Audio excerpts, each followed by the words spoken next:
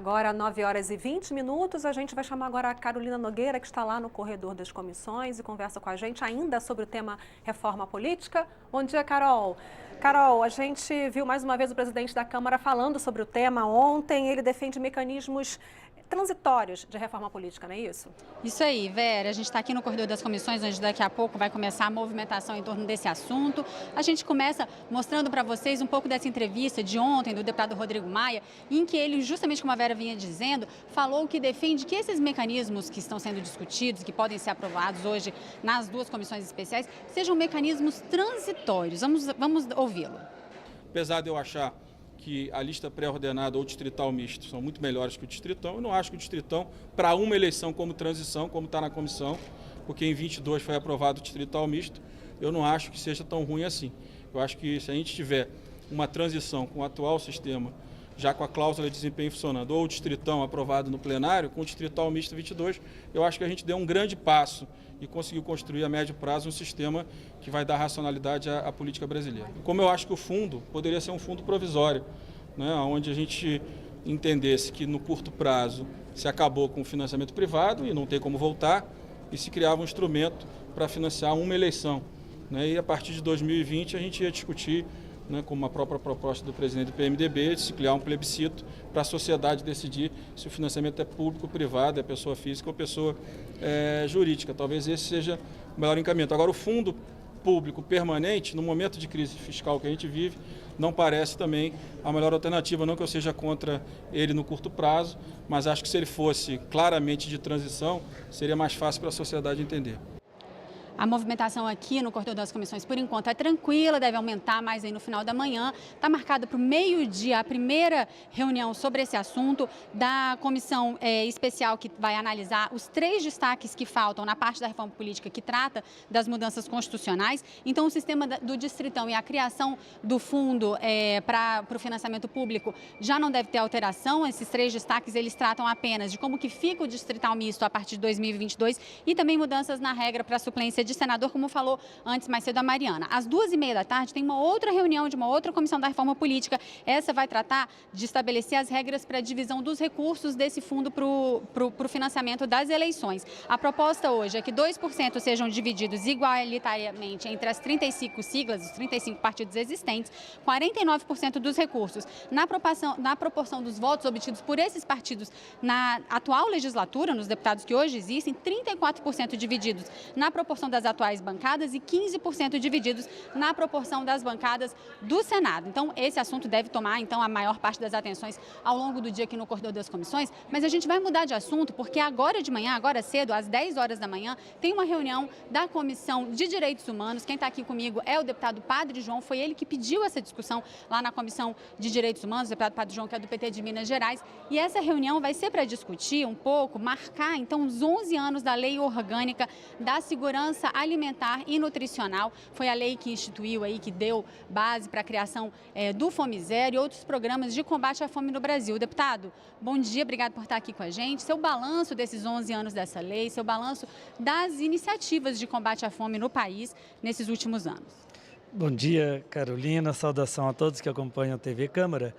Olha, 11 anos que nós pudemos experimentar muitas conquistas, porque a Lei Orgânica de Segurança Alimentar e Nutricional, ela possibilitou a criação das políticas de diversos programas, tanto na parte de produção de alimento, beneficiamento de alimento, mas, sobretudo, o acesso ao alimento. Levou o brasileiro do campo e da cidade, indígena, quilombola, a ter acesso ao alimento de forma digna, não tendo que se humilhar, pois eram mais de 40 milhões de pessoas que precisavam que dependiam de uma assistência ou de um vicentino, ou de um grupo espírita, ou de uma igreja para ter acesso à comida. E muitos viviam na rua, de casa em casa, pedindo comida. Era comum, inclusive no interior e mesmo na zona rural. Então, este tempo que tinha essas práticas que tinham sumido, desaparecido, portanto, foi reconhecido pela ONU, pela FAO, que o Brasil sai do mapa da fome, mas de um ano para cá a gente percebe uma vez que já tiveram cortes no Bolsa Família, cortes no Pronaf, corte nos programas de acesso à água. Então, houve corte em todos esses programas que viabilizavam o acesso ao alimento de forma digna e agora essas entidades que antes trabalhavam, dizem assim, nós já não estamos dando conta de atender os pedidos de cesta básica e até mesmo de comida pronta. Não resolve você dar a cesta básica porque ela não vai ter acesso ao gás. A população de rua já cresceu, em situação de rua cresceu muito nos últimos meses.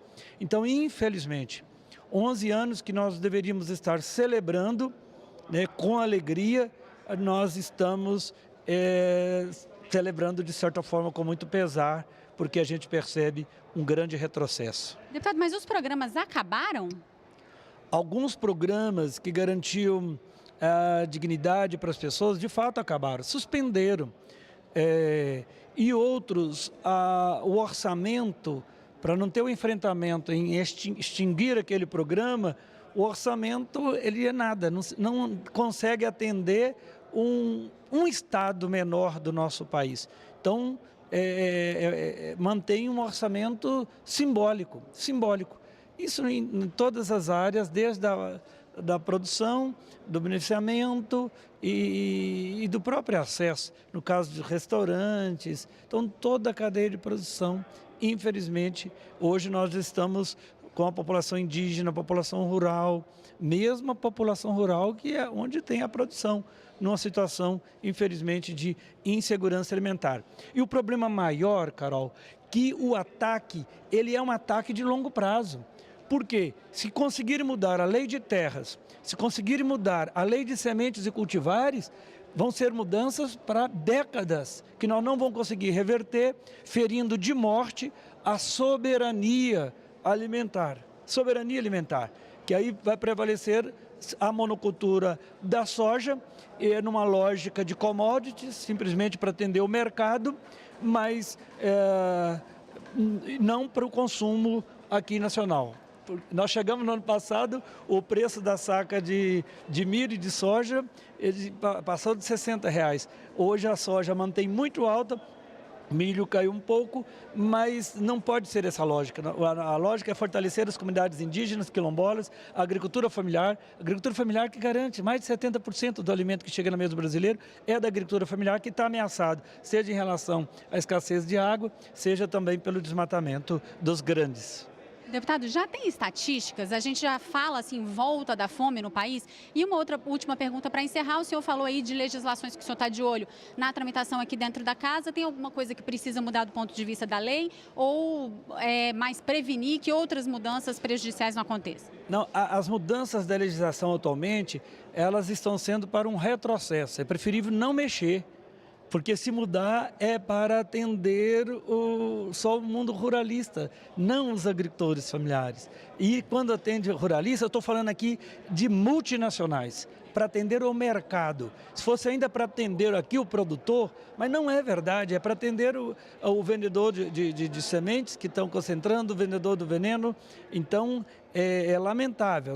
Então, é preferível não mudar nem a lei de terra, nem a lei de sementes cultivares, muito menos a lei do agrotóxico. Os números, só do Bolsa Família, é mais de 500 mil de famílias que foram cortadas agora, recente, né? E é uma mudança estruturante.